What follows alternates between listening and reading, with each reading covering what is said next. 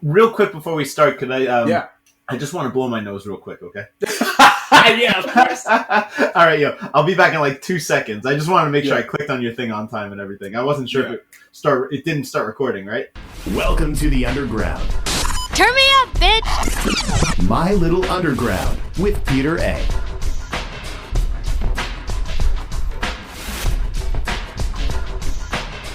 It's My Little Underground. I'm Peter A. Make sure you're subscribed on all podcast platforms and follow me on Twitter, Facebook, Instagram at MLU Pod.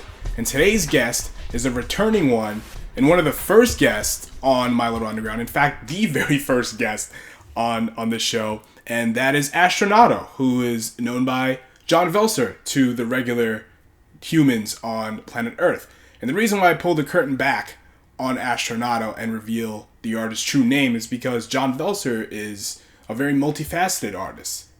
Astronauto is just one of the many things that he does.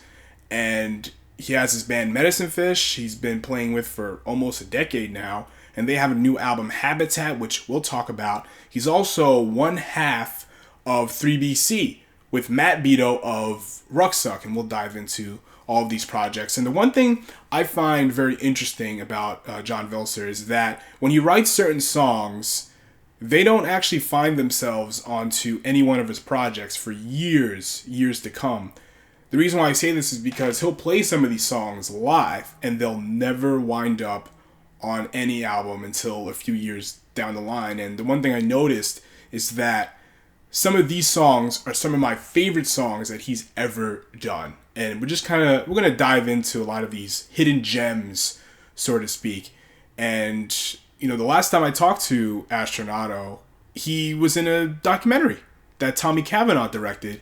And if you want to learn all about that one, just go back and listen to level 19 of My Little Underground. And we talked all about the incredible documentary of Astronauto. It just shows you how interesting this artist is and how people from different states connect to his music.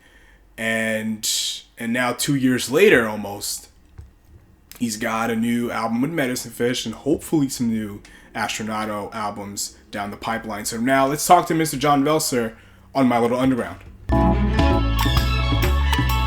Me, do re mi fa so, motherfucker. I'm ready for this shit, man. Just off the bat, you know, there's the big elephant in the room, at least when I talk to certain artists, is, you know, how has the coronavirus pandemic affected you as an artist? Well, it's given me a lot of time to practice, and it made me practice a lot more acoustic guitar. You know, I already play a lot of acoustic guitar, but I've been playing nothing but acoustic guitar.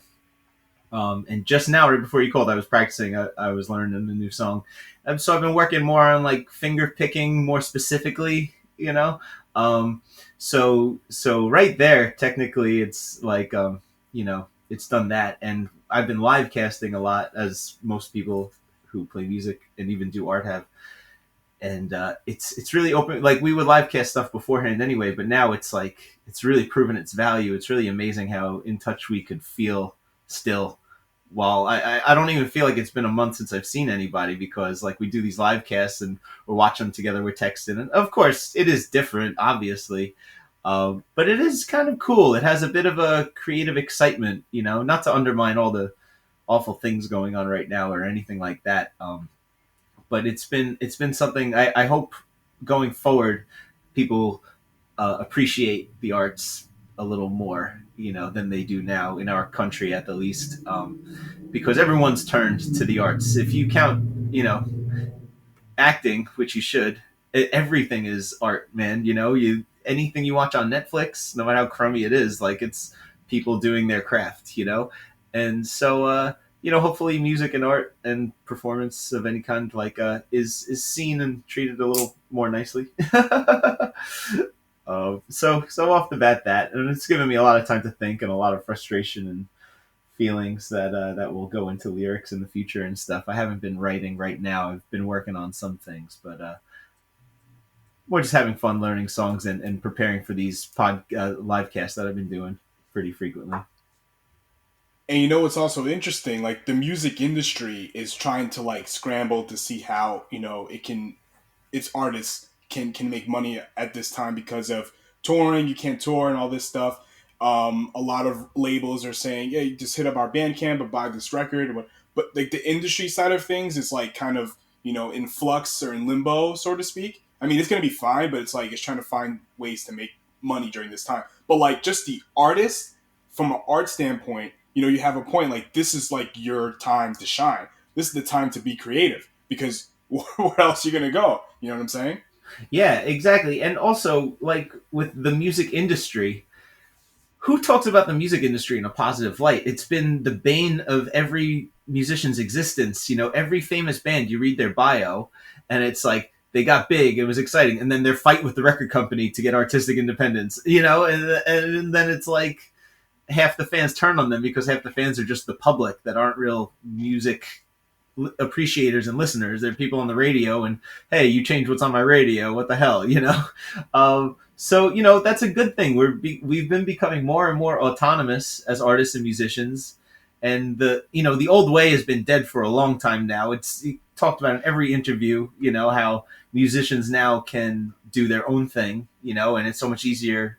I could put my excuse me. I could put my record on Bandcamp, not even pay if I don't want to put it on anything else. I could put it on free platforms and still have it come up first when people Google my band name or my name, And so this might be like the final stab, like with like the silver, with the silver like pick, to the Dracula's heart, killing like the last of the music industry, quote unquote.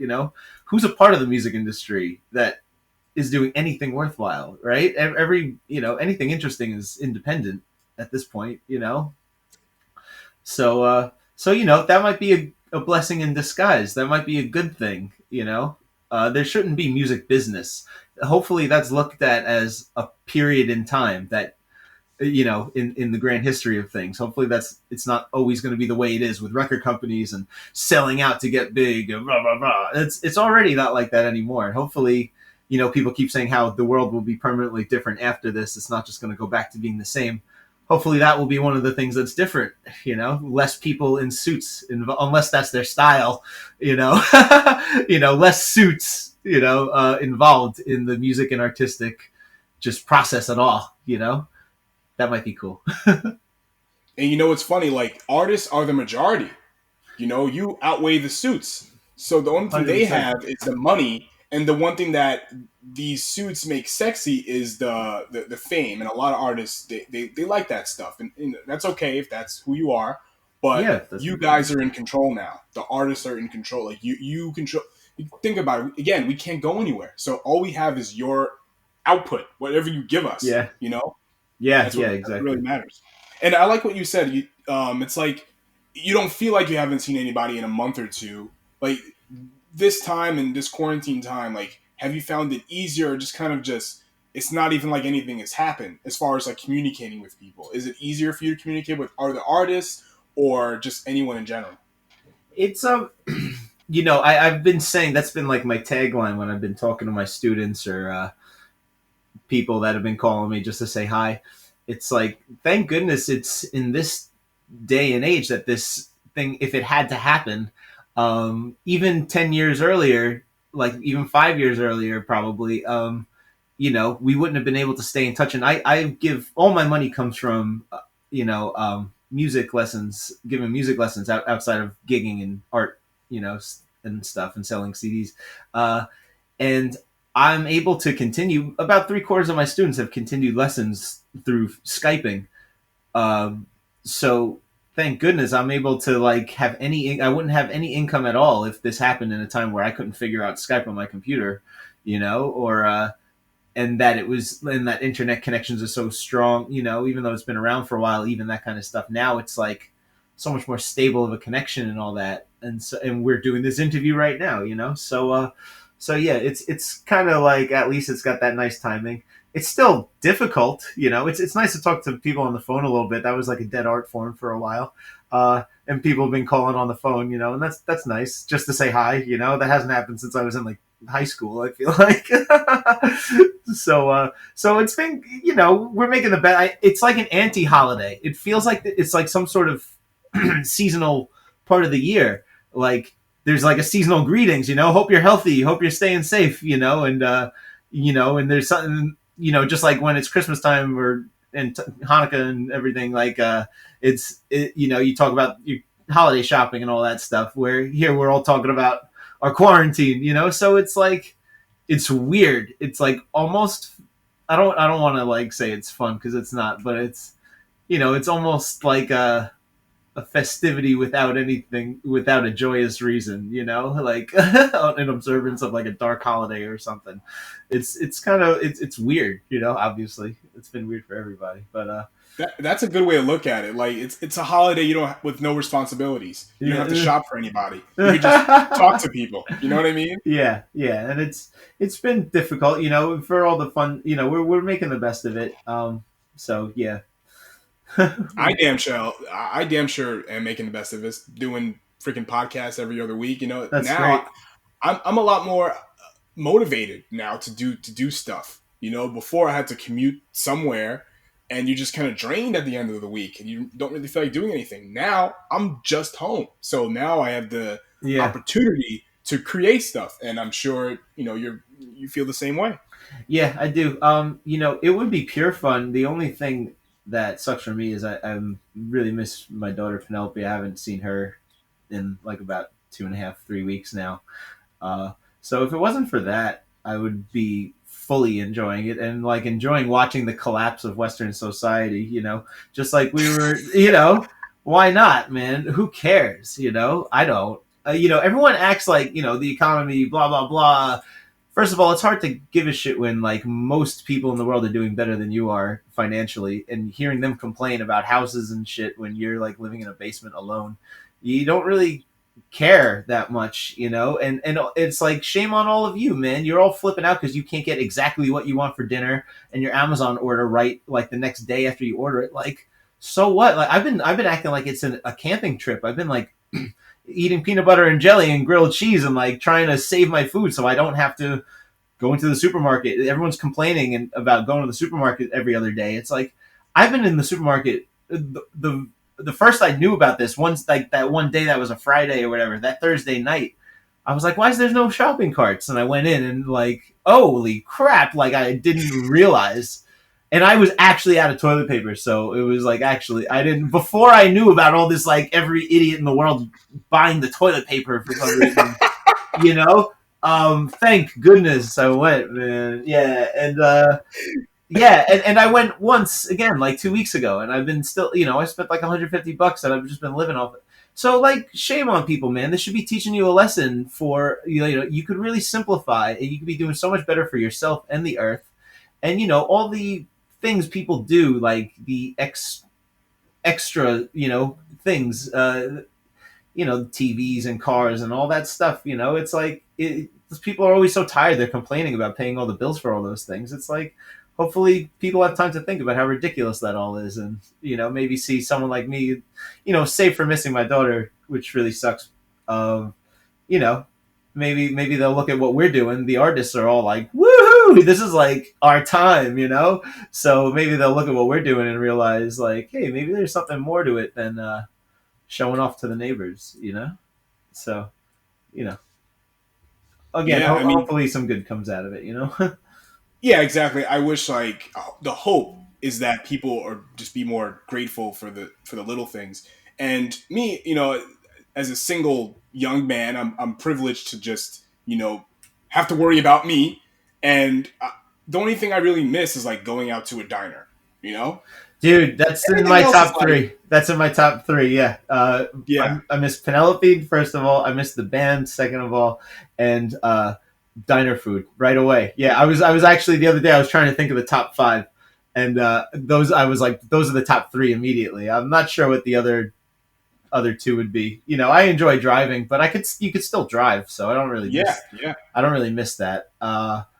Yeah, I would say video games. We got video games. Yeah, exactly. And I would say I think it obviously fourth is Friends, but I think Friends count as the band. My whole social life lives and dies with the band.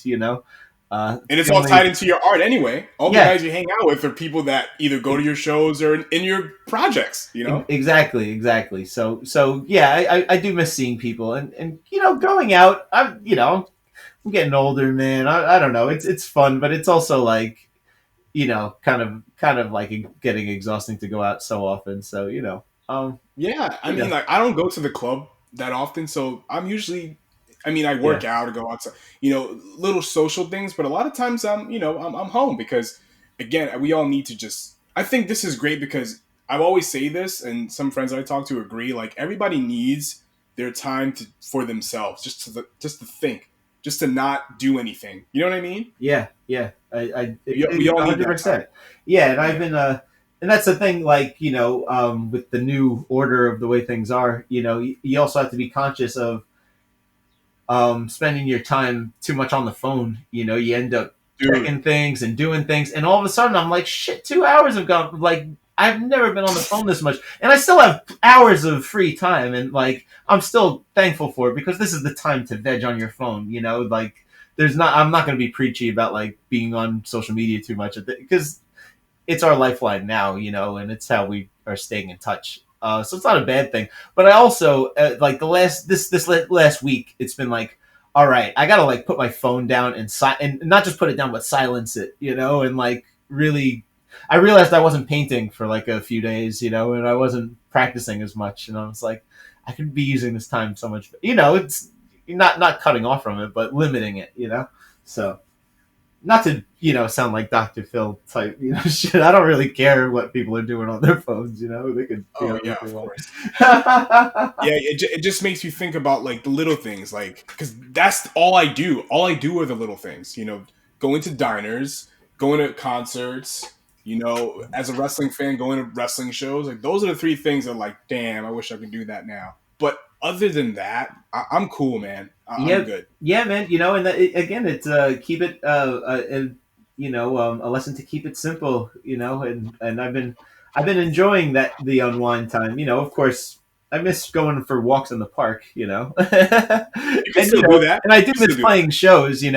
Although I'm also I still have that satisfied with the live streams a lot more than I thought I would. I really miss playing with the band, and the concerts. Again, along with getting older, I actually just saw some pictures from 10 years ago of my old band that a friend just found, and and it made me The red realize, light. yeah, it was the picture of the red lights, and I wasn't down on myself, but I was like, it's like exactly the same, it's like about a dozen people showing up to, sometimes more, a lot more, but that's just when you're lucky and it's a crowded night at the bar, and so it's like it's getting more and more of a pain in the ass to gig and deal with promoters and this and that, and like I want to get in my heart, like if I had it my way, I'd be gigging every weekend, more than every weekend, and come up with crazy, ridiculous set ideas. But the reality of like playing night after night in these shitty, if you really boil it down, if I'm spending that many nights of my life in a bar, whether I'm drinking or not, even, it's like, all right, I really have better things to do with my time, And so if we could even make gigging more productive through this, maybe somehow start to coordinate events more, you know, outside of bars and stuff like that. That would be a cool advancement of society. But I forgot what we originally talked about. I'm just riffing on the conversation, man. That's all this is. That's all this yeah, is. yeah, So, the new Medicine Fish album is out. Habitat. yeah. I It guess is. the first thing is like, did this album have like a? Well, I don't think it did. You can probably tell me. This didn't have any kind of traditional studio recordings. You guys didn't go into a proper studio, for lack of a better term.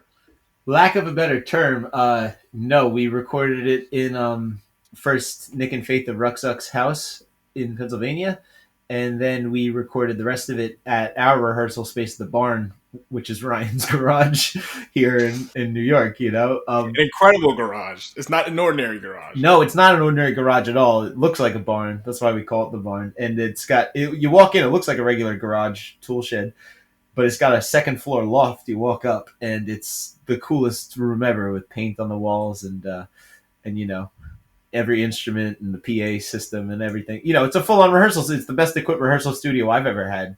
like in any band I've ever been in, So it's a real safe haven. Thank God for it, man. What would we be without the barn? We can't even think about it. We can't even talk about it because we wouldn't be without the barn. I wouldn't. I know. Just cavemen eating mud. That's it. Caveman eating mud, man. Yeah, it's like a caveman's chisel collection.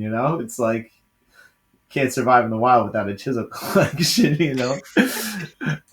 No, yeah. So yeah, we recorded the album. But that being said, Nick and Faith's house was very well equipped. Like more equipped than anyone else's DIY studio would be. Full on the mixing board and whatever, Pro Tools, blah, blah, blah. As many, we combined forces. Julian and Nick had all the microphones, We had a separate room that we played. They built like an isolation booth that they like cut windows out of for Ryan to be in, We recorded most of the record like pretty live, as in we played the songs through. Then we went back and we recorded the vocals again and we did like, extra guitar solos and some keyboard, like a bit of keyboards on like 2 or 3 songs. So yeah, it was really, really fun. It was really nice. So, so Nick Beater produced this album this time around, right? Yeah. The legend himself. So, yeah, I know he did pretty much all of the Astronaut albums as well. Like, what was different about working with Nick this time around? That is there any any other ideas you guys came up with that you guys never like touched on when doing Astronauto? Yeah, well, it was very different from how we recorded Astronauto because we didn't really ever worry about a drum set. Even when we did, we only had to mic up like parts of it and stuff, and everything's so layered, and this was kind of the opposite. It was as live as possible, without it being fully live, and yeah, so it all, every time Nick and I work together, which is, let me see, 3 Astronauto albums, the Golden Egg Astronauto thing too, Henry, by Medicine Fish, and then we got this one. So I'm pretty sure this is Nick and I's 6th record making together. And I've like collaborated on, I've like played it on like a track or 2 of Rucksuck albums, but I wouldn't count that because I just like plopped into it. And each time it just feels like a continuation. We just both are getting better at what we do, not to say one record's better than the other or anything, but like, I feel like this one was like the best recorded one. He just, in no uncertain terms, he was all excited about the new things he'd learned. He'd been telling us, oh, I figured out this and that, and I got this new, this or that. And he had talked to Julian, and Julian has taken some recording classes and may have a degree in it, I think, at this point. And he brought in extra microphones, so we had extra equipment right away. Was like a huge advancement, Yeah, and they just had more decked out their studio. They had just been there longer, so yeah, it feels like a continuous stream of like what we did before, but at the same time, like we do it more efficiently each time, we spend all this time doing it. We're hopefully getting a little better at it each time, and hopefully the songwriting stays good or as good or a little better than last time or whatever to keep up with our advancements, Did you feel challenged in any way during the recording of this album? Yeah, on any different number of levels. The easiest part was making the music. Like the music you hear as it's played on the record, there was nothing that we like had a headache over, and nothing that we were like up all night trying to do. We were up all night because we were having fun doing it, and we kept doing. We did the whole thing. We did all the live tracks of the band playing in a weekend, pretty much like a Saturday, and then a bit on a Sunday. And then we did all the overdubs in like another like 3 days, all together, a few months later. And, throughout that though, I like when we started recording, I dealt with a lot of bullcrap from the record. Just life just came crashing down for a while. And so it was painful to have to go and like put on a happy face. And for a change, we were trying to make a record that's a little happier. My songs were a little more, I don't want to say lighthearted, but not as necessarily dark. Like after Astronaut 3, people were like asking me if I was okay and stuff. And I feel like these are a little more level headed. You could put them on at a party and not bring the place down or make everyone be quiet, to listen to what the fuck's going on. So it's a funny opposite in real life. Like starting off the first few sessions, I had a really bad full body rash of poison ivy that ended up getting infected, and like I started getting it on my way over to Nick and Faith's, and so I was in a lot of physical pain. Although like I was able to brush it off and still have a lot of fun, and kept telling myself like I won't remember the pain and the memories, so try my best to have fun, and I do remember them fondly because of that. And then my living situation changed a few times in between, and the overdub sessions were delayed and delayed and delayed again. So it was a real mess of just trying to get together, and we really wanted it to be done by the end of the year. I'm really big on like capturing the moment when you're recording. It's not just about making it sound good and making a document of your songs. I learned a while ago that it's like there has to be something special about the process to really make it a good like record that's going to withstand the test of time. Anyone could be diligent in how they record it and make it sound great and clear guitar tones, and even like songwriting. You can be real on with your songwriting and write cool melodies.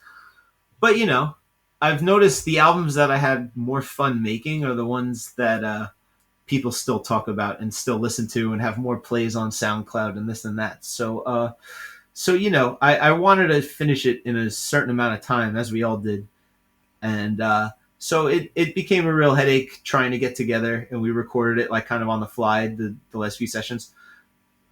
Worth it though, once we buckled down and got to it, it was pure fun, the process itself. So it was a weird, not to get too literal, juxtaposition of elements, real opposite of like the rest of the world at that point in time in my life, and maybe the other guys too, I think a little bit, but maybe if not just for my situation, rubbing off on their lives, so. So throughout all the physical and emotional challenges that you've been through since the start of the recording of this album, did you kind of meet your expectations on an album release date or anything else that went into you as an artist and the making of this project? Yeah, we actually like Medicine Fish usually does. We pulled through with flying colors at the last minute. It's just like when I would choose to do schoolwork. In order to get the paper done, I would have to do it at night, the night before it was due, just to get that much of a focus on it, And it's, even when we're not doing that on purpose, that's just the way things are for me in my life, So we didn't really meet like a super, super crazy deadline, but we really did want to have it out by the spring, and we did get it out by April 4th. And we would have had a great record. We did have a good record release party planned. Everything was ideal and set and ready to go. And it would have all worked off without the Corona stuff. But that didn't stop the album. We still released it. And I feel like maybe more people listened to it because everyone was inside. And we were definitely getting more plays on SoundCloud and YouTube and stuff than usual, in those weeks. So it was like a trade-off. And we'll still do the party when we can, so we're not too upset about it. We were a little bit, but we made the best out of it. We had a fun live cast in honor of it that day. And so yeah. But we did feel pressure at that point to get it done. And if we didn't put the pressure on ourselves to get it done, it wouldn't have gotten done, and we joke a lot, like any band, we're all big music nerds, and any band's history you read, like, you hear about the pressures from the recording company after their success and all that. And we joke around. We feel that same pressure, but from the opposite, not of being so successful, but being so unsuccessful that you really feel like you really have to be your best and be on your A game. And you have to take it 100% like seriously if you're, hoping anyone else is going to at all take interest at all or take it seriously at all. So it's like you put a tremendous amount of self-pressure on yourself, where maybe if you were successful, the record company would give you that pressure. You feel like, well, within a year, people fizzled out talking about the last thing I did. I really have to come up with something, and it's got to be better because I have to progress because I'm still playing, like I said, the same amount of people for 10 years. So you do end up, or I put a tremendous amount of stress on myself, and I really have to try to remind myself sometimes to still have fun doing it. And I do still have fun doing it. Again, just even when I'm like super strung out on like anxiety over a show or a recording, or getting something done in time, it it works out. And every time I really wish I didn't panic as much, because every time it winds up getting done. I also wonder if it gets done because I panic so much, but I really think I've been learning to take it easier, and it's still been getting done. So yeah, we felt pressure, but we tried to not feel as much pressure this time, and I guess we didn't as much once it was recorded. We weren't worrying about mixing or releasing it in time. Yeah, I mean, I think that's great. You think that way because you just focused on the art. Everything else, like you said, you can always do an album release show whenever. But as long as the music is out into the public, that's it. And as long as the music meets your expectations, that's all. That's all that matters, especially during this time. Yeah, man. Yeah, exactly. And it really exceeded my expectations. I always go in with a certain amount of it is what it is, because it's like it's going to come out how it is. And we have to understand, no matter how great and innovative we all are, we're not dealing with like a multi-thousand-dollar or million or whatever the heck, like, recording studio. Like, we're in basements and garages and shit. And so, like, it's kind of funny. I said heck and then I said shit. Like, what's the point of saying? What's the point of saying heck if you're about to say shit? So I it's not like I have a defeatist attitude, but I'm more like looking for the positives than the negatives. Like, I'm going in like being like, yeah, we're just gonna have fun, and we're gonna have a snapshot of us having fun making music. And this one definitely exceeded my expectations, man. Like, I feel like the make or break on a lot of independent releases and recordings are the drums and the vocals sound. And man, the drums sound sick on this one. And I still feel a little weird with the vocals because they're my vocals, so I just feel weird listening to them. But Julian and Jimmy's song on it, that's a test marker, and I thought they both sounded like amazing. And I'm happy with how I came out too. So it really, like, very cool. Nick learned a lot. Julian pitched in, Jimmy pitched in with the mastering and stuff, and like they were talking. They all had numbers scribbled down on pieces of paper, man. I felt like I was in a lab. I came up the one night when Jimmy and Nick were mixing it, and I was very hands off. In fact, I slept most of the time, and in the corner. And they had numbers scribbled down on pieces of paper, and we're talking decibel levels back and forth. I really felt like I was like, the guy, like a third party standing in the cockpit of the Millennium Falcon, hearing Han Solo and Chewie talk, where, like, Han Solo can understand what Chewie's like, and like I couldn't understand what they were saying, but I got the gist of it because I saw them do what they were doing, and then it would sound better. Yeah, I mean, I think it's yeah, I think that's very important because you could just sit back and just kind of take in what they're doing. You might even learn a thing or two. Yes, true. Truth be told. So, yeah, I did learn. I was kind of inspired by it, and now, anything I learn, it makes me listen to things a little differently. Anything I learn about music, I mean, where it's just really cool to know, like, oh, these things can't be on the same decibel level or like register level.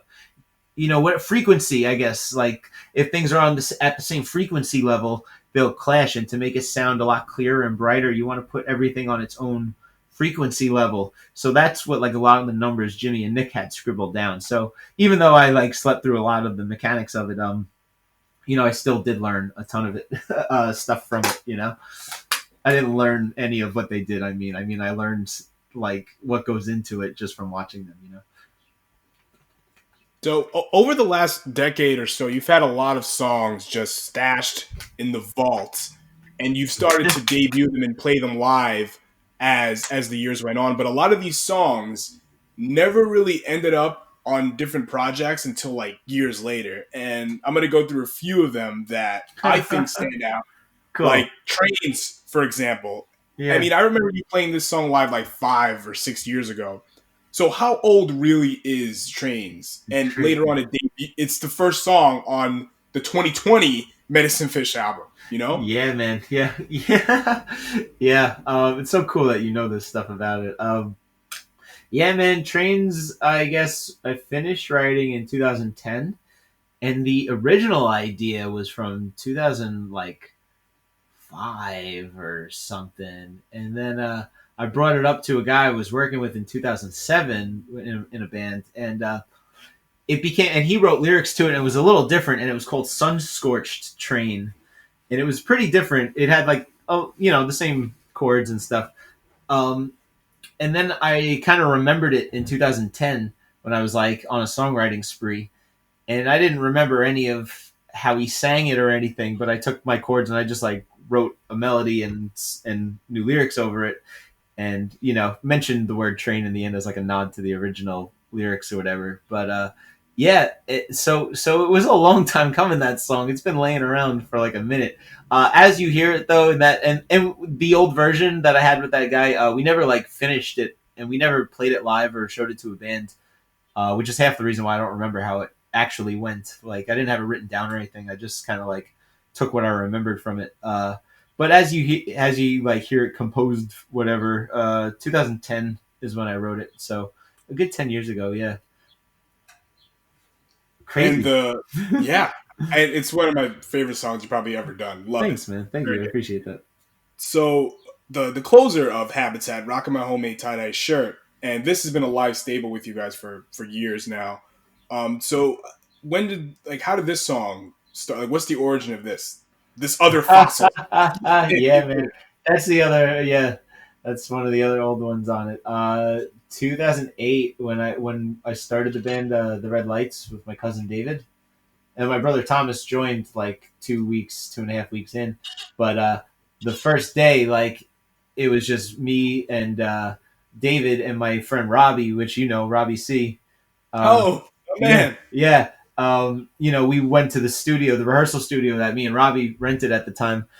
I had a dream that David and I were in a band called the Red Lights, and I was having a hard time in the band I was in, so I wanted to like write all these stripped down songs, and I just wanted to like not worry about needing people like bandmates, because people were bailing all the time and not making it. I was like, screw it, I'll just play. Me and David's always hanging out, so David will play drums, I'll play and sing, and we won't even need a bass player if Thomas doesn't want to do it. Tom's my brother, and who just called me right now as we're talking. I put up pictures of us. He doesn't like when I put pictures of him online. I hope he's not yelling at me to take them off, because they were really nice pictures, Your brother's not on social media? No, he's not, and he's really hung up. He's a teacher, and he's like, one time I put up a picture of us, and he's like, take it down. He called me like immediately. His wife saw it online, and he's like, take it down. I'm not supposed to be on the internet. But I'm like, dude. Like, every one of my friends is a teacher. They just like don't put your full name. That's like basically what the rule is. No, take it down. And he got like pissy about it. So, but man, it's a part of our own personal music. I got friends who are teachers, and they're all up on social media. Yeah, I feel kind of bad. I blocked his wife. Not blocked his wife. I mean, like I made it so all your friends except for his wife could see it online. So, I hope he doesn't find out. Now I forget what we were talking about. Oh yeah, homemade tie-dye shirt. Yeah, man. So anyway, the Red Lights started, and we wrote all these songs. Like, I woke up and I wrote like 3 or 4 songs, and a lot of songs that we still play today. It Just Stopped Raining, The Base of Everything, homemade tie-dye shirt, a bunch of others that I can't remember right now. But what was I going to say? So David and I, we were having these sessions like the next few days. We just got together. We were really excited about the idea, and we would get together, me, David, and Robbie, and write these songs and record them. And we showed up the one day. My car was in the shop, and my mom dropped me off. And for some reason, I don't remember what happened, but she dropped me off. I told her I wasn't worried about getting home, that my friends would be there. And I just sat there like writing songs for a few hours. Then David came once he was like done with school or whatever, and we both had homemade tie-dye shirts on. So we had like this song that we wanted to be just like straightforward jamming, open-ended, so we could like jam, but as a 2-piece or 3-piece, and you listen to the lyrics, they're like half just, weird conceptual poetry, no exact story, just scenes from hanging out and things that happened at the time and funny things I was saying at the time and shit, So yeah, we both just showed up wearing homemade tie-dye shirts, so that's how that became the first line and the name of the song. And then the rest of it was just kind of rhyming, and and then we were talking about the movie Powder. Robbie brought up the movie Powder, so that line, I feel like powder and I'm Great ready to movie. blow.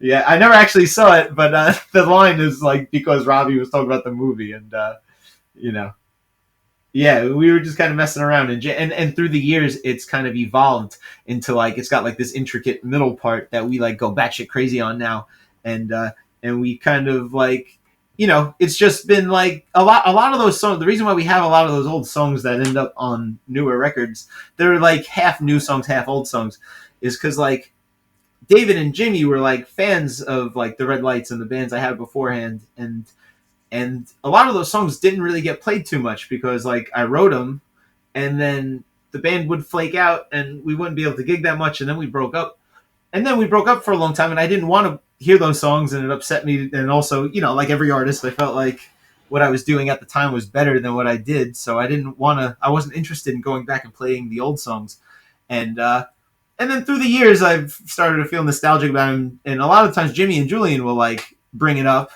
and I'll like play it and then play a part of it, and they'll like have already learned. Like I've never taught them any of the old songs. We really play them because Julian and Jimmy want to play them, and then I don't want to be a pain in the ass to Ryan to show him how they go. So Ryan just plays them, and he asks, and if there's something specific, we show him. But I let them like arrange their own parts and everything, and they kind of evolve and became Medicine Fish songs. And I forget how old they are, because a lot of them disappeared for like 5 or 6 years or 10 years, and then have been coming back in the last couple of years. So it's like it feels like that. I don't feel like I wrote them a lot of the time. It almost feels like they're a cover song, but it more just feels like it's part of our DNA. It is just so crazy that I've known people for that long that like know these songs and stuff. So yeah, as much as like I wrote them, they are the ones who like preserved them, and I probably would have forgotten about them if they didn't bring them up half the time. So so yeah, and then we mix them in Medicine Fish. We like to play those songs. So once in a while we'll put them into the new records, because they've changed so much, and they're not on anything officially released at this point anymore. So they feel like new songs, and they don't feel like dated or anything. So yeah, so we like to mix it up. Do you think it's risky to put a 15-minute excursion of rocking my homemade tie-dye shirt on an album? Because I know on like your live archives there are 12, 13-minute versions of rocking my homemade tie-dye shirt. I think it makes sense for when you're playing live in a live setting, but do you think that works for like an album to just throw in like a 15, 16-minute song there? Do you think people would do you think like they would be able to retain that? Well, it's risky if you have something to lose, which we don't. If I was trying to like appeal to a record company, it would be 3.5 minutes, and it would go right into the middle part, the riff, and it would go right back into the song without any jamming. But that's what we sound like, and that's who we are. We didn't plan to put Homemade Tie-Dye Shirt even on the album. We were just fired up from playing, and we were like, let's do it. And then we had all sorts of crazy ideas for the middle to put in a drum solo, drum circle, well, and drum solo, I guess, and cut and paste. And we didn't give a flying crap or acknowledgement at all to how long it was. We were just going with the flow of how it sounded. We were listening to it, and okay, cool. Like, let's fade into like this drum solo thing here, and we were just jamming. We really weren't thinking if it was even going to wind up on the album or not. We were just getting a good recording of us playing while the microphones were on, and so we kind of have this creed through the years: let them leave. They don't understand, and we really kind of had to adhere to our creed on that recording, because if you're listening to it long enough, where it's the last song on the record, if you're listening to the album long enough, you obviously like us, or you're looking for reasons why you hate us, and haters gonna hate, so we might as well give them something to hate on, So if you really like us, that's kind of part of what we're about, is like going for it and jamming and experimenting. And so if you dig us up to that point, you're probably going to dig what we're doing in there. And if not, that's fine too. You could turn it off and you already heard everything else. So you kind of got the picture already too. I hope people do listen to it and it kind of like catches people off guard. Maybe they don't realize that it sinks into so much jamming by the end of the record that next thing they know, maybe there's so many switch ups in the song. You know, we like to not to be too on ourselves, like, but it's got like a hint of like a symphonicness. Like it's got like different types of like, again, I don't want to be too crazy. We didn't compose it like too heavy or anything, but it's got like different sections or movements, you know? So it's not like it's 15 minutes of the same thing. It's like 5 minutes of this, 5 minutes of that, 5 minutes of that. I think that is up to 20 minutes. You get what I'm saying? It's sections. So hopefully people are entertained by it and it keeps taking these weird turns and you're like, whoa, you know, there's at least, let me think. There's the verse and chorus in the beginning, the jam, the strange interlude jam, the drum solo, the recap in the end. There's like at least 5 distinct parts, different parts of it. So hopefully people give it a chance because of that. And also, most of our friends that like our music are into at least when we extended jam. We even have friends who like don't care about the Grateful Dead or Fish or anything like that at all, and they just like, you know, more like Sonic Youth type experimental excursions. You know, Sonic Youth has like 10-minute long songs, you know, and 40-minute long songs. Yeah, exactly. So, and you know, the Velvet Underground, they're not seen as a jam band. Like 25-minute long. Yeah. Yeah, and of course, and dude, I've heard Velvet Underground recordings that are over a half hour long on the same song. And they're not at all by anyone considered a jam band, you know? And so we're just going for it. We're just getting lost in it. We're contacting that ancient spirit of rhythm itself when we're at our peak of improvising. It's when you don't have a song to have to hold on to, you could fully, and if you're musically, you know, inclined enough, you know, which if you're not, you just tap on something and that does it too. You just go for it and you get lost in it. You know, everybody talks about getting lost in the music and, you know, feeling the music freeing you and all that. And that's a real thing, you know, and, whether you're like a little drunk dancing to like a stupid song in a club or you're like knee deep in a heavily artistically in-depth 35-minute sound excursion, you know, like you're contacting that ancient thing that made people like play percussion together in the very first place thousands of years ago somewhere in a cave, you know, and we're super moved by it. So if we could give someone a glimpse into that world and maybe turn someone on to that kind of idea that music could be more than a 3-minute song, if you haven't been tuned on to that already in your own listening, you know, which I hope most people should have heard a song that's over 10 minutes by now in their life if they're old enough to be clicking on this and, you know, hearing us talk about it, you know. So, and if not, listen to Medicine Fish's song. Maybe it'll. I think of Sister Ray on exactly. Yeah, man. Just like Sister Ray said. Just like. You know, it's funny. It's just there's no real changes to the song not conceptual, like musically. Like there's some organs that come in, but it's really just like same 2 chords. That's like it. Maybe 3 chords if you count that quick one in the middle. Yeah, it's really just 2 chords and barely any distinct solos. And it's very entertaining for 17 minutes, I think it's about. And, you know, if you get lost in it, you know, if you let yourself be open to the idea of different, you know, of course, the first time I heard it, I was like, huh? You know, and I had to go back to it. But granted, I was like 16 and like my older cousin, who is the age I am now, told me about it, you know. And when I told him I wasn't sure if I liked it, which I didn't say I disliked it. I said I didn't get it. And those are the things that end up becoming your favorite things. You know, like the Velvet Underground's first record and all their music, you know, it's the things that you listen to and you don't maybe like right away, but you go, huh? Like, let me hear that again. Because, you know, and there's so many more layers to discover that, you know, there might be other things that are hooky and everyone digs it when it comes out. And it's not like maybe even you don't start to dislike it after a while, but, you know, then you're kind of past it after a minute, you know. There's only so many times you can listen to Kids by MGMT, you know, like that's a freaking great song. I love that song. But also, like, I've heard it so many times, it's like whatever, you know. Let It Be, same thing, you know, any freaking song like that on the radio. But, you know, if you listen to something that has all those layers, it tends to age better, and that's why the Velvet Underground's first album still blows people's mind when they hear it. And like No Pussyfooting by like Brian Eno and Robert Fripp, it's still so new. Like artists now hear about that and they turn new avenues in their own artistry and make up new stuff still from that same well from 40 and 50 years ago, you know? And so because they just, you know, were going for it and they tapped into something that was timeless.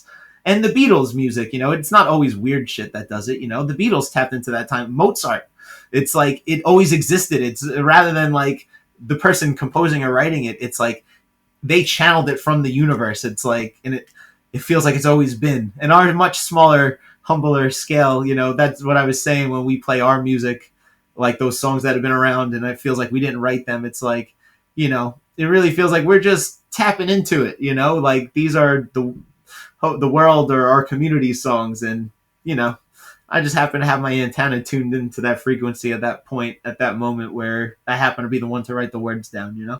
And what do you think about Stereolab's Jenny O'Deal line? Like that's an 18-minute song just slapped right into the middle of an album. The beginning of it. I love it. Well, you know, when I'm listening to that kind of music, I'm looking for the long thing. You know, I'm looking to get lost in it. So even if it's just one longer track or extension, I'm usually drawn to the longest song on the album, you know, me personally. And growing up and finding out not everybody was like that, I was like, I'm still confused by that, because it's just that, you know, just like you would want a whole burger rather than a bite of one, like, you know, it's just good to have something to chew on, man, you know, like, I like to get lost in a song, and yeah, not every song 10 minutes. Like I love 2-minute and 3-minute songs. There's something about crafting it, but you know, allowing your music to breathe. That just the concept of allowing it to breathe, even if it's a 2.5-minute song, having something, you know, some sort of melodic or instrumental excursion,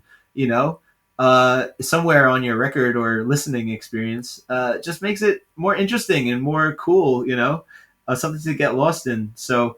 Not like you have to have you got McDonald's. There's nothing wrong with having McDonald's and that home cooked burger or that mom and pop burger joint. You know, it's good to have both. You need a little balance. That's all. You turned me on to one of my favorite burger joints, man, in Limbrook. Not Smash Burger Shack. Oh, Burger Shack. Yeah, oh heavens. Yeah. This interview will end up being about burgers if we keep talking about you. I told you how much I miss diner food. I know they're not a diner, but that counts, man. I miss them more than the diner. Yeah, it counts. Yeah, I love those guys. They're the nicest people in the world. Yeah, awesome. They're cool. They have cool pictures of like Legend of Zelda and Super Mario and shit all over the walls inside. And like Andy Warhol.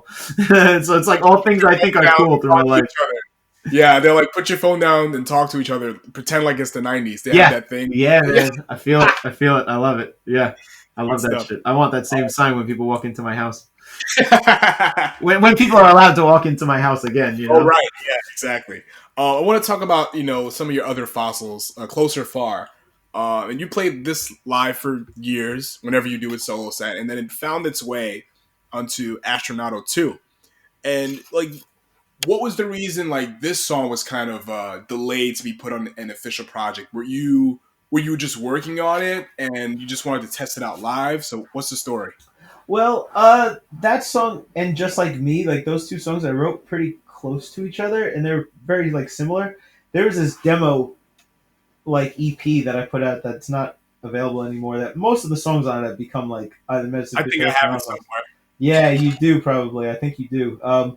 And just like the Astronauto album, we recorded like the new songs, and then he's like, and we had so much fun and we did it so quickly. It's like, well, do you have anything else?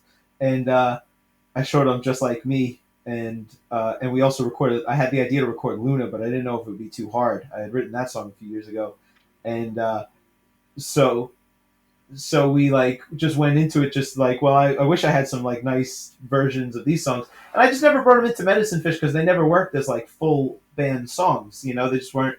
And you know, we're not the Beatles. I'm not Paul McCartney. I'm not going to make them like leave the stage for me to play a song by myself. You know, that's like ridiculous. You know, I want to play with my friends. You know, so you know, I just used it for acoustic shows and stuff. And then when we recorded, so like Just Like Me was rebirthed like that. And again, the same thing. Like it wasn't as old as yet. It was still only like 2 or 3 years old at that point. And then Closer Far, like when we went to record Astronaut 2, it was the same thing. Like, well, what songs do I already have that I could work into this concept? And not like falling back on old songs or padding them or anything, padding the album with like extra tracks or anything. It's more, I don't have any quality like record of these songs existing. Like, what other songs could we capture here that would not just be throwing? So I could name 20 songs of mine that aren't recorded that we could record, but what song would work and what song do I like and wish I had a recording of? And so, Closer Far was just a good obvious example. Oh, excuse me. And on the first record, on the Green album, we wanted to record. We recorded a song outside.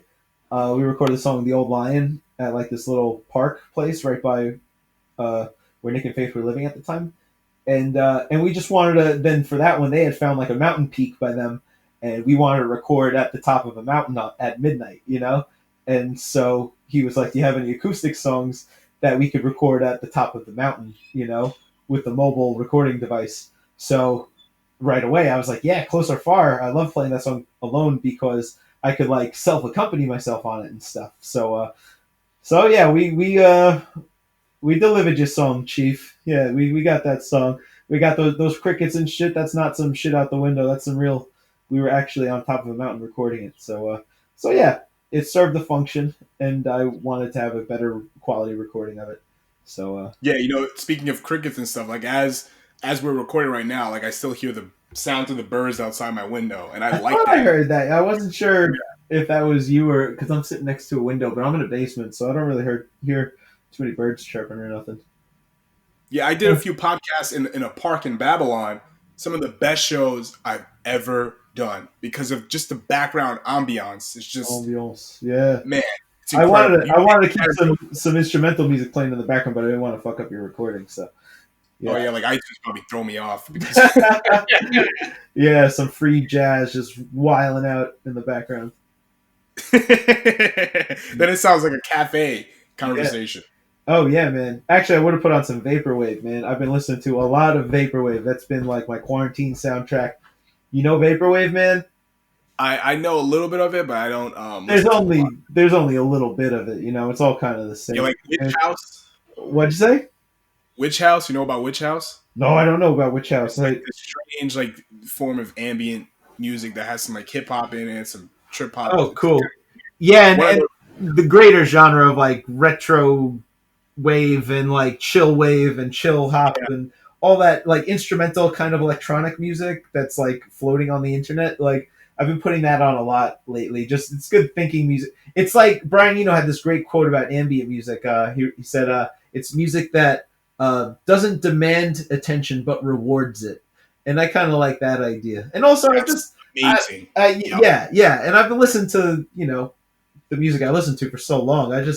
I find it's just so unique and so weird, and it really does tickle that weird nostalgic part of your brain. It's such a mishmash of like shit from the 80s and 90s where some of my age it like really hits the nostalgia buttons in a weird way, and it really is like the musical and visual. A lot of them have videos. The music and visual equivalent of like a hazy memory from the late 80s or early 90s, and it's just freaky, and it just kind of fascinates me a little bit. And like I definitely listen to it only when I'm alone because I've gone to show it to people and they like laugh at me and they don't think I'm serious, and like it like yeah, part of it is that it's ridiculous sometimes, and it's not like some of it's like not that good. It's like any genre, you listen to 100 things, not all of them are going to be great, but yeah, I've been digging on a lot of vaporwave, and then which has turned me on to listening to like more 80s music than I used to, which is just, you hear the compositional side of things. You put down, I've been saying lately to people, if you love music, you gotta just kind of at a certain point, just like stop liking and disliking everything, because otherwise you're going to run out of shit to listen to. There's only like, if you like this kind of music, that punk or jam bands, or there's only like 3 or 4 bands of each subgenre that have like really nailed it, if not only one. Most subgenres are like one band sound, like exacerbated through other imitators. Oh my god, that is right? So true. What is what is all of grunge? What is all of shoegaze? What is all of, Britpop? You know, what is It's the Stone Roses and Cocteau Twins and My Bloody Valentine, Jesus and Mary Chain, all that shit just kind of just reverberated multiple times. yeah, and that's okay too. We all like, if someone said I sounded like My Bloody Valentine, which I know none of my music really does, like, or like any cool band, like if someone said I sounded like the Flaming Lips or anything in between that and the Rolling Stones or anything, I'd be like, oh, cool, thank you, which is, and that's cool. But yeah, you could get when it's authentic, when it's just like when you happen to tap into that. It's the same thing when someone is like a good Beatles-ish songwriter. Like the guys from Oasis weren't trying. Well, maybe they were, but like they didn't like just nail the Beatles sound. They just happened to like write kind of similar sounding songs, like for just the few that were like hits on the, very different types of songwriters overall. But like had genuinely like kind of had that sound. So yeah, you get when it's authentic. Yeah. I want to talk about one of your other projects of 3BC with no comment. This interview is over. Laptop closed. And one thing I like about this project is like it's the total opposite of Medicine Fish and Astronauta, because this almost is like very improvisational. It's spur of the moment, not really planned. Like your stuff's not on streaming services. I'm pretty sure it's not even mixed and engineered. You just kind of just let it fly. And each song is like 30 minutes long. And it's like you don't give a shit. And, do you use this project? Well, one, just for fun and an excuse to hang out with Matt, which I miss. Great dude. You guys use it to kind of like just formulate ideas that you would apply to your other projects? First of all, it comes off that we don't give a shit, but the actual truth of it is we give so much a shit about it. We are so sincere to the music that we wouldn't dare put it in a cage of a song, man. And we just got to let it be its own half-hour sound. Yeah, and it's just pure sound expression. It is really, we talk about it very in depth every time we fascinate ourselves with it. It's the best inside joke ever, and it goes on so many levels where it is funny, haha, on a level, but on another level, I was talking about that shaking hands with the ancients concept of like tapping into that timeless, sense of getting into the groove and the rhythm and just the power of music, and we just 3BC is just the purest surrendering to that ever, like we record it on like my phone and iPad. It's not to say it's not mixed and mastered. It's recorded very ridiculously. We literally just recorded onto an iPad and a phone, and no recording equipment, no actual microphone used. And then Jimmy the Hat takes it and he masters it and he cleans it up a bit. So he does add a shine to it, and there is a bit of work that goes into it on his end, but not me and Matt's end, bro. We don't. Like we play some like in between us and we press record, and it's so cool. We really buckle down when we do it. We set everything up. It's as if we have a big idea for like an ambient recording thing that we're going to capture live. We get everything ready. We don't say a word of how we want the jam to go, what key it'll be in, what fast, slow, quiet, loud, nothing, how long it'll be. We'll just be like, okay, everything ready to go? All right. And we both beforehand, we choose what instrument we want to play. Now that we don't just keep it my Astronauta rig and him playing drums. Like sometimes he'll be playing keyboards and xylophone or weird percussion, and I'll be playing guitar or keyboard, or xylophone, And so we'll get everything set and then be like, okay, everything ready to go, record, and then just let our brains flow, and one of us will start it off. And it really is an incredibly interesting, thing. And at first we were really surprised that anyone cared about it or listened to it, because it was just so for our own amusement. And I think it kind of tapped into something, like if accidentally, if not any other way, and we do put care into it, and we really do set it aside. It's a thing in our schedule when we get together. We live in different states and everything at this point. We pretty much have since we started doing it. I think maybe not the first one, but like all the other ones. Yeah, so we really dedicate ourselves to it, and it's all about fun. Don't get me wrong. I'm not going to say how to like we crack up, man, and it's ridiculous, but in the best way. It is like a trip. It is really like a trip. We laugh. we laugh our asses off, and then we get into a deep meditation on it, which is the music playing, and then we have a deep conversation about it on how many levels, and we go back and forth from cracking up to having like these deep discussions about what music is and what art is and what is expression and where's the line of sound and music, and we trip on it, man. We really have a lot of fun talking about it and a lot of fun making it, and it's just pure sound expression.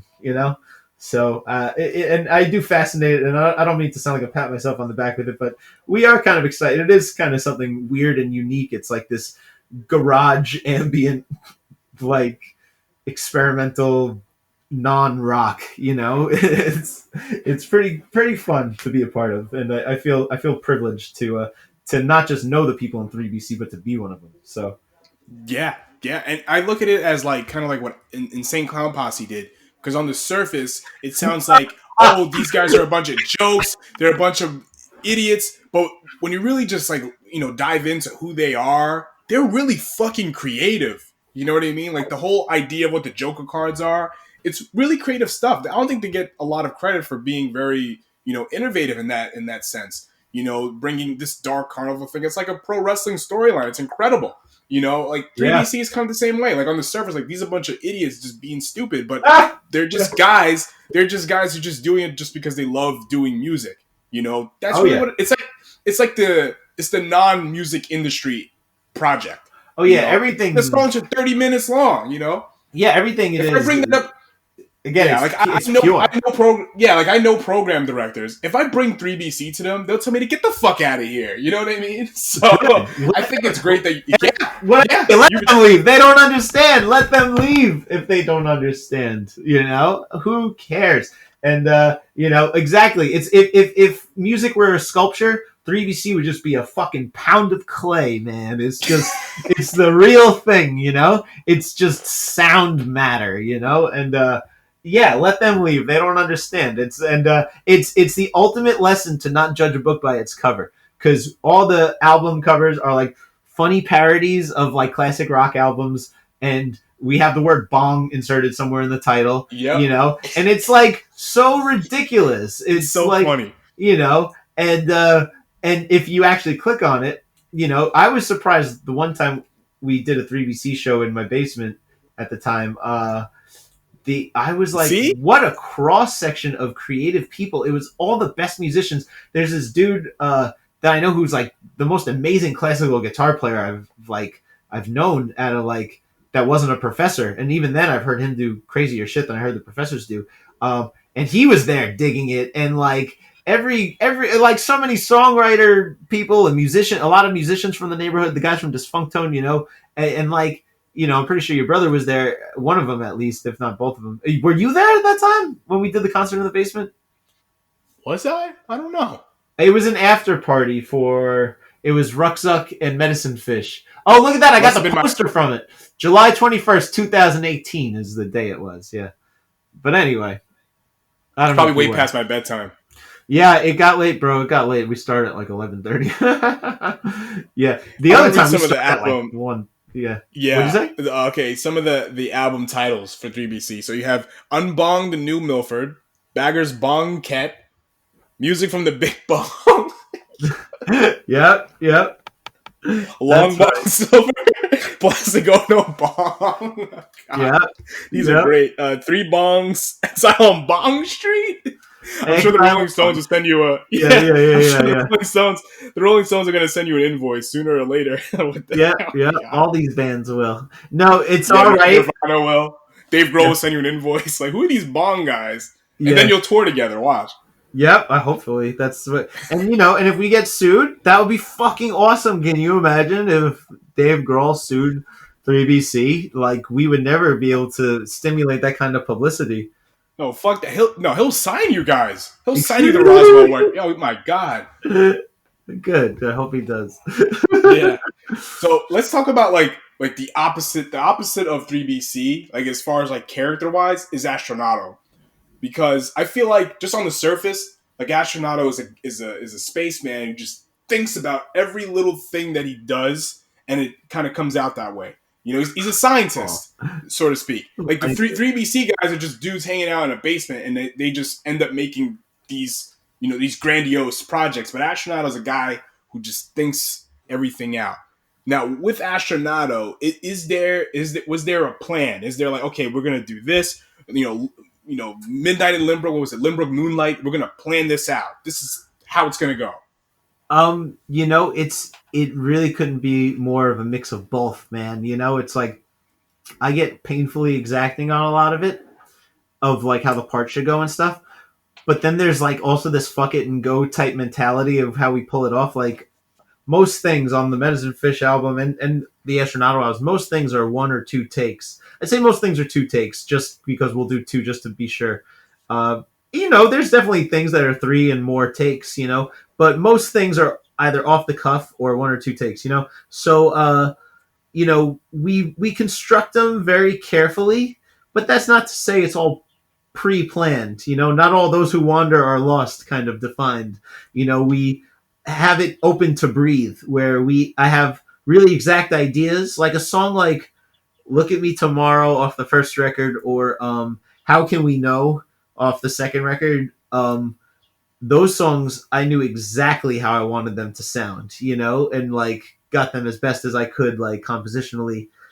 And a lot of them are also great. Well, we're having fun. We just finished your ideas. What else do we have? Or Nick will, I would very be willing to like go with the flow if Nick had an idea of something, in all, Medicine Fish and Astronaut sessions. So there is a bit of both. We're just overall very careful with piecing it together, and if something is off the cuff, it gets molded into a vision. Like we run with the idea, like we should do this, and then I'll be like, oh yeah, and this and this and this, and then my brain's on fire, and that's how I like to put it. And that's why me and Nick get along so well creatively, because he's like the first person who I worked with, like recording wise and stuff, or any real collaboration wise, who is like outside of just songwriting and playing in a band, was like, yeah, let's do it, let's go for it. He would push the weird, push the creative, instead of being like, that's ridiculous, like stick to the plan, like get a good take of it. No, that the solo's too long, like Nick would be like, cool, and we would do it. Like, let's record some crickets outside. All right, I want to bang this paint canvas inside the bass drum, and that'll be the percussion on this track. Okay, cool. Let's do it. And so it's really a mix of spontaneity and idea. And there will be literally half the songs are the spontaneous, and half the songs I have so painstaking, like I put myself into an anxiety disorder, worrying about remembering every little detail until I get it recorded. I'm not going to take the time to write it out in music. I can if I wanted to, but I don't. I just more play it over and over again to make sure I don't forget it. So yeah, it's a mix of both. We're just very meticulous in even when it's spontaneous, though, with Astronauto. So what would Astronauto sound like in the 2020s? Because the 2010s, you had Astronauto 1, 2, 3. Yeah. What are your plans for Astronauto going forward now? Well, what are some new ideas? Who knows what Astronauto will sound like in Yeah. the 2020s? I don't know. I don't know if I was thinking not to be dark or too dramatic, but I'm like, maybe I won't do Astronauto anymore. Not to say never again, but like maybe it's meant to just be a trilogy and that's it. Maybe there's meant to be a long time up until the next record. Maybe I'm gonna get on a songwriting streak in the next couple of months and it'll be out next January. Like we always release them in January. So I really, really don't know. And that's why I'm not even saying like that I'm not going to do it anymore, because then after a little while I miss it and I want to do it again. But even just over this past summer to the fall, there was 6 months between Astronauto concerts, which was weird because I used to do, 80 something shows a year for those 2 years and still 40 or 50 the years before and after that. So like, I'm not tired of playing like that, because I get into that heaven when I play. I achieve that, the whole tapping in with the ancients thing when I'm by myself. When I do the Astronauto thing, I feel myself enveloped in this bubble of sound and expression, and it feels really beautiful. The reality of carrying all that shit, maintaining all that shit, practicing as much as I need to practice. It's insanely hard to do that stuff. And at this point, I'm not like exaggerating that I really do feel like I have more anxiety because I have done it rather than if I hadn't. And it's just, I'm not saying that it's unsuccessful. I'm super thankful for the people who have like noticed it, enjoyed it, listened to it, talked about it, come to the shows, you know. So cool that anybody's taken the time to appreciate it, you know. And not to be pessimistic, but it's just really hard to do that amount of work for that little of it's usually barely ever getting paid, you know, and you know it's very rarely ideal performing circumstances. So I'm gonna just go with the flow. I'm not gonna say no to people if like someone really wants me to do it or if I feel like doing it. I was supposed to have a show at the end of May, an astronaut show, but yeah. So I really don't know. You know, I wrote one song that I don't want to be a Medicine Fish song. Like there will be other recording things, if not Astronato. I'm gonna still do my own thing, and it will probably just be called Astronato, just because it'll be easier than making another Facebook page. You know, yeah. Like I wrote one song, and it's like flowy and stuff. Then I wrote another song. It's same kind of compositionally meets folkiness meets experimentalness, but I don't know. I never really like to think about it anyway. It just comes out how it comes out. So yeah, I guess we'll have to see. We'll have to wait for it to come out and see if and when it comes out. But right now, what were you gonna say? No, go ahead. Go ahead. I was gonna say, but for right now, it has felt nice to switch back to Medicine Fish, and play with, not like I ever stopped playing with them, but to focus on recording with them. It gets long. I'm proud of myself that I was able to do all that shit by myself, and it's cool to say I played every instrument on this album and all that. But man, I signed up to play in a rock and roll band, and that's really what it's about. Like at the end of the day, for me is, and just it's so much fun to be part of a project with the guys and stuff. So I haven't really been thinking about an Astronato thing or my own thing. I've been thinking about just doing stuff with the band and hearing what they have to say and collaborating more, like writing songs together and stuff, and bringing more songs. Like the second song I'm in the middle of writing right now, I think might be like a Medicine Fishy kind of song. I'm not sure. So yeah, I'm looking forward to collaborating, and maybe even more than just with Medicine Fish, just with people. I want to play more 3BC. I want to do stuff with people. Especially after being locked up for so long these last few weeks. I really like playing with people, and I like giving what I can to an idea. So I'm just kind of going to be going with the flow and just putting myself out there. To just make music. And if it gets recorded, that would be cool because I always love to do that. So. Do you ever feel like you are spreading yourself too thin? Yeah, I do and I don't. I feel like that physically and emotionally. Like I do spread myself too thin. Like it's not a if I do or don't like. And I've been learning to identify to like not overload myself. Like that's why I end up having freaking panic attacks or bugging out or being upset. Is I get too freaked out. Like I'll want to play 3 shows with 3 different bands 3 days in a row on a weekend. But then the week of, it's like, holy shit, I'm also working full time and I'm a dad and like, and it's not like just 3 shows where you can play the same songs or similar songs or songs that it's like 3 different, I'm playing guitar one night, bass the next night, and then everything in Astronaut the next night. And I do spread myself too thin. Though creatively, again, if I didn't have to work outside of creating, I don't think I would be spreading myself too thin at all. I think I know this is what I was born and meant to do. And so in that aspect, I feel like I should be playing as much as I can, especially if there's a chance of me playing as much as possible can get the word out more and maybe help, make some money from some of the gigs where I could support myself more from just doing it rather than doing it on the side and then working, although I work less and less because A, I charge more through my lessons, and B, I give so much less a crap about money as I get older that I just don't worry about it as much as more than I have to survive, So I only work as much as I have to, and like So yeah, I spread myself too thin, but also in a perfect world, I would be able to keep up with that workload, and I want to do that amount. And I feel like it's my artistic duty to do that if I'm able to. And someone needs a bass player, and the guys want to play, and someone asked me to do Astronato, and it would make even one person per gig's day brighter for me to agree to all that. I think I should be spreading myself that thin. So spiritually, no, but emotionally and physically, yes. What are some things that you want to accomplish with any of your music endeavors that you feel like you haven't done yet? Any type of recognition would be nice. Just if not even because like I feel like I deserve it or anything, just because that leads to more work.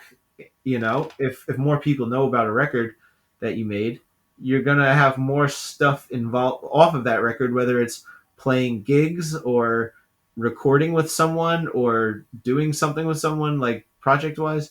Um, I would really love to see the word get out, and not for any self reasons at all, just because I feel like I and we, as in Medicine Vision and all the people I collaborate with, have so much to offer. And I hear all the stuff that's the hot stuff and what's happening on the radio and stuff, and even in the indie rock scene and everything. Mac DeMarco is good, but like I feel like a handful of my friends are more talented than that guy and make more interesting music, and or like music like that that's at least as good, you know.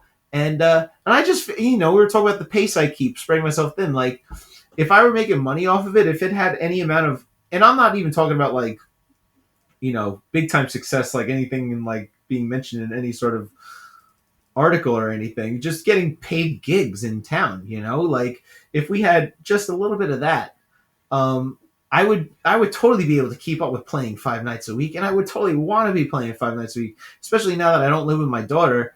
I want to be doing as much stuff as I possibly can when I'm not with her, creatively and artistically.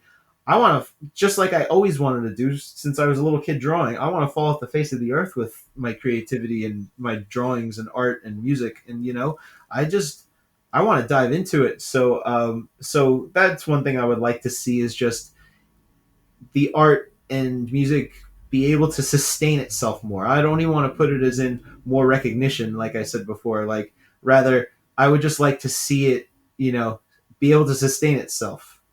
Enough people tell me that they think it's good enough and that they think it is like really quality music and stuff. And people like you ask me to do things like an interview once in a while. So I'm hoping it deserves that, and not just me, I'm talking about Nick and, Julian, Ryan and Jimmy and Claire and Matt and everybody that I know, forgive me, your brother, the guys in Dysfunctone, all the dudes I play with, all the, Scooter's the man, Scooter from Big Shrimp.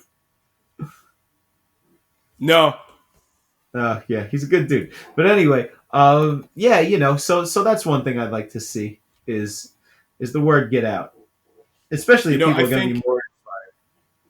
I think as years like as time goes on, I think more and more people probably to know about what you do because of all the stuff that you do. I Thanks, think man. I hope so. no one knows the secret of how to get fame, quote unquote fame. It's not like you want to be famous. I'm not saying that at all. I know you don't Yeah, want to be famous, but yeah, artists who get who people book or whatever, they do stuff because there's a lot of people that just aren't doing anything, but they complain that Long Island is this and whatever. I don't get booked, and people don't want whatever. It's like you have to do stuff. Put stuff out there. If the last thing you put on Facebook was 3 years ago, and the last thing you put on Bandcamp was you have one demo on SoundCloud, you weren't gonna get shit. You do a lot of stuff. I think the more consistent you are with your stuff, you're going to get booked somewhere. Someone else is going to interview you more famous than I am. It's going to happen. Just people, like, real recognizes real. People recognize ability and talent and consistency and creativity. You just have to do it. That's all. Yeah, so I'm doing it, and I've surrendered to that. It's I don't worry about it. I used to get disappointed and frustrated and be like, "What the fuck's the point? There's only the same 10 people here," and you know. But I do it. I say to myself, "Well, what do I do on my nights off? I sit there and I play guitar." So I don't care anymore at all if people come. Obviously, it's very nice when people do come because there's more energy in the room. The more energy, the more exciting it's going to be, the better it's going to be. Not necessarily meaning you need people there, because we also make some of our best music when it's just us and Robbie and some of you guys hanging out at the barn, like equally, we also make our best music sometimes when we're in front of 100 people, or more. I don't think we've ever been in front of more than 100 people. Maybe that one gig at Brick House. Yeah, so it's thanks, man. I hope it does, get out there and stuff. And we're just doing what we're doing, and so we're doing it for ourselves, and we just enjoy playing it, and also as we get older now, we realize we have less and less time due to the lack of any real success. It's more of an effort. I don't want to say we have less and less time because we still practice every week outside of this quarantine. It becomes more and more of a commitment as you get older. You have to work harder at making the space for the band and some stuff like that.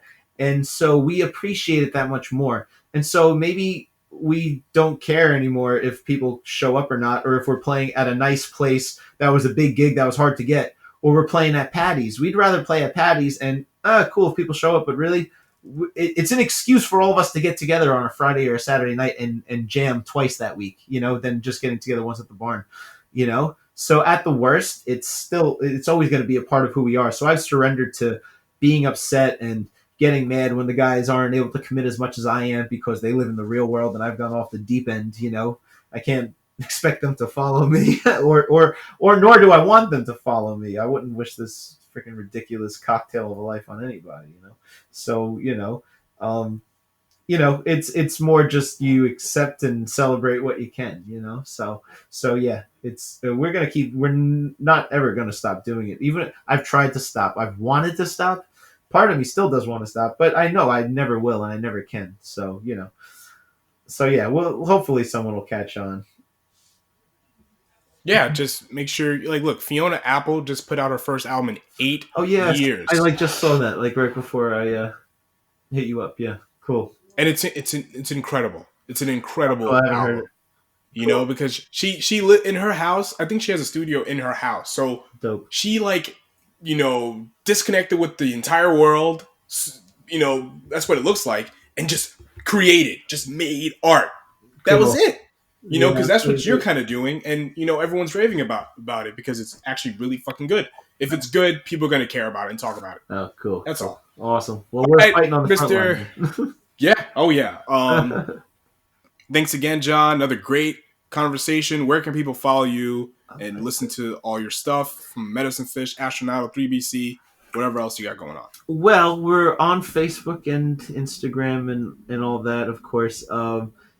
You can check us out at Bandcamp is the main thing where you should buy and listen to the music from, I guess.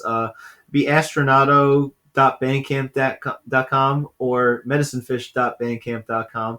And, you search us on Facebook and Google us and Instagram us. We come up. We're Astronauto Music and Medicine Fish on Instagram and Astronauto Band and Medicine Fish on Facebook. And we're on YouTube and, Amazon and what's the other thing people use? iTunes, and the other thing, Spotify. Yeah, follow us on Spotify. We get like a penny every time you hear a song of ours on Spotify. So dig that. All right, John. I'll see you. All right, good talking to you, Pete. Thanks for calling, man. Yeah, anytime, man.